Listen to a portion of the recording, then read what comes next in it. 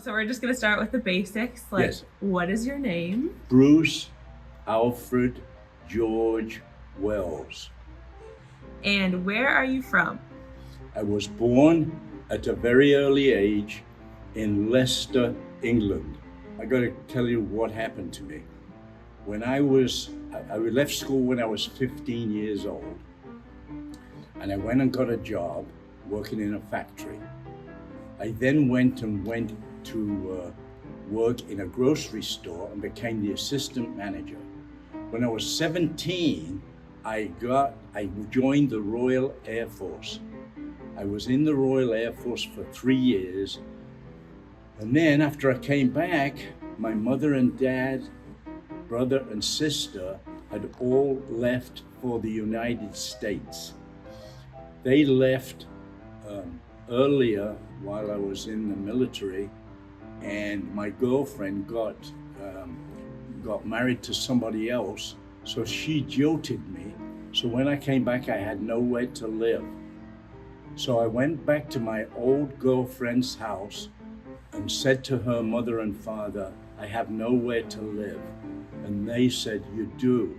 And they took me up to her bedroom, and I stayed in her bedroom until I emigrated to the United States on Friday the 13th, December 1957. However, on my way flying here, I sat by a guy and he had his legs all over me. He said, oh, let's go and have a drink. So I said, okay. So we went and had a drink. The stewardess said, do you know who that is that you're having a drink with? I said, no, I don't know who he is. She said, that's Steve Brody. I said, Steve Brody? Who is Steve Brody? Well, he's a character actor that plays in Westerns with John Wayne. So she said, so be nice to him. And I said, well, he keeps putting his legs all over me. But when I came to the United States, it was December, right? So when I got here, it was freezing. I never went out of the house for 4 months because I was freezing. When I did go out of the house, I looked for a job, and I got a quick job for about a month for selling newspapers door to door, magazines. And so when I'd had enough of that, I went to Harley-Davidson and I saw an ad for a person to work in the mailing room. And so I said, okay. I asked, and they told me, yeah, you can work here. For 2 years, I worked in the stationery department, and then somebody said, hey, they need a technical clerk in the industrial engineering department. And I said, okay. After doing that for about a year, maybe 2 years, they turned around and said, hey, we need somebody in the industrial engineering department. You're in the industrial engineering, but you're not an industrial engineer, but we need somebody as an engineer to do the actual work. So I said, okay. So they said, okay. They gave me the job as sort of an assistant industrial engineer. Okay, I worked in that for quite a while. And then they said, hey, we need a supervisor for the industrial engineers. We don't have one, so would you be the supervisor? And I said, yeah, I'll be the supervisor. So I became the supervisor of the industrial engineers. I started in 1995. Willie G. Davidson and my bosses said that they needed somebody from the industrial engineering department that knew how to put engines together and this kind of stuff. So Willie G said they wanted a new engine. So they were going to call it the Twin Cam 88. So we started in 1995, and then we worked many hours a day, 6 days a week, and finally we came out with a twin cam. And I gave people, riders, a ride on the motorcycles And one of them said to me, I don't like this. And I said, what do you mean? It just took me 5 years to get this out. And he said, well, I can't hear it. And I said, well, that's the whole idea. We got a new engine that you can't hear. When I'd finished, I retired. We decided that because my daughter lived in Madison, that we should move. So we went and looked at everything around Madison, retirement communities. And we went other places too, to have a look at retirement community.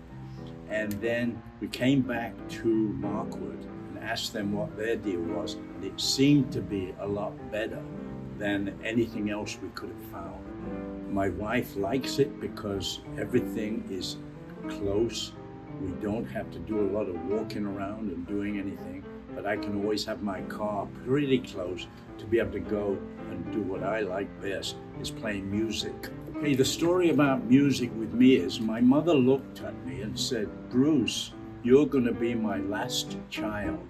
When I was 12 years old, I started piano lessons. I had to play 1 hour a day in freezing weather in England. And my mother would not put a fire in the fireplace. And we had a fireplace in every room in our house. So I hated playing the piano. When I went into the Royal Air Force when I was 17, they heard me play and they forced me to play piano. I still hated piano. When I got out and came to America, I still hated playing the piano, but my mother had one, and I lived with my mother, dad, brother, sister, who were in Test Corners in Wisconsin. Here I am playing the piano one time, and a knock on the door, and somebody at the door was standing there and said, I need a piano player for my band. You said, what band? He says, well, I haven't started it yet, but I want a piano player. So this was Dennis Ottenbacher. So Dennis Ottenbacher started a band, and I said, well, I didn't really like playing. He says, I don't care.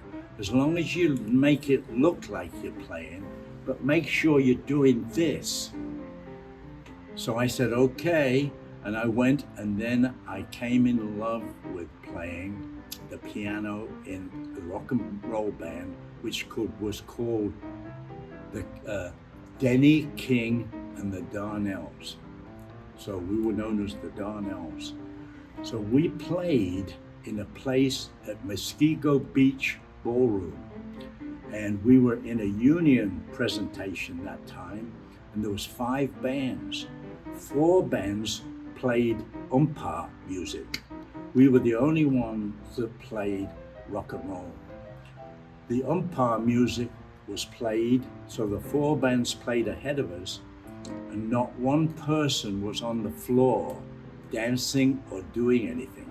When we got on there, we started to play rock and roll, and all of a sudden we had the floor full of people. They were jumping up and down, screaming and hollering. This was the best feeling I have ever had in my life. Even since then, I haven't got there. However, they would not let us off the stage.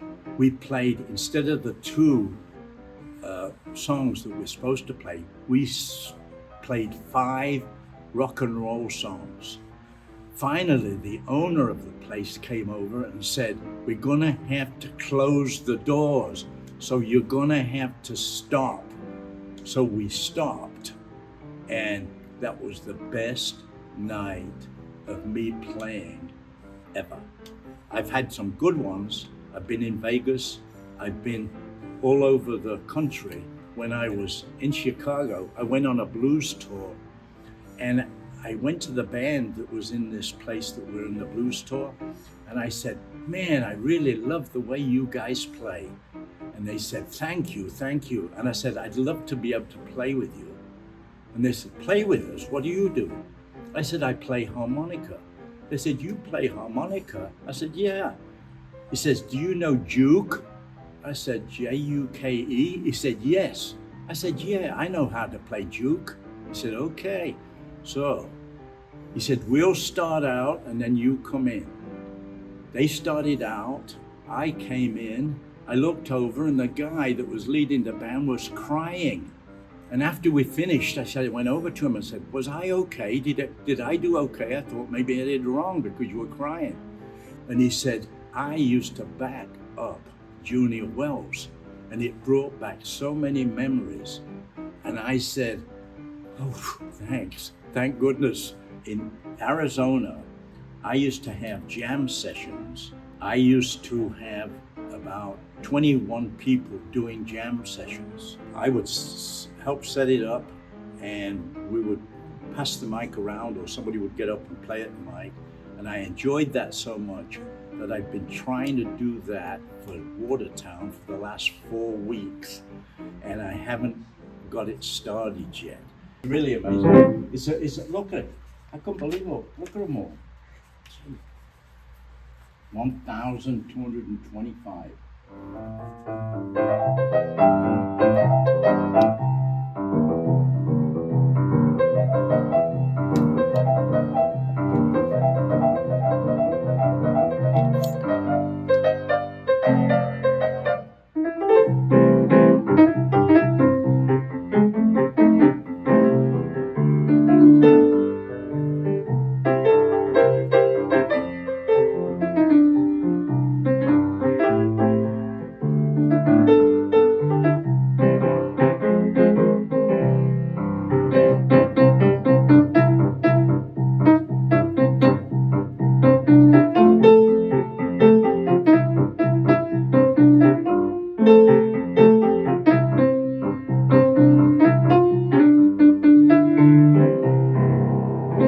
You know what that song is?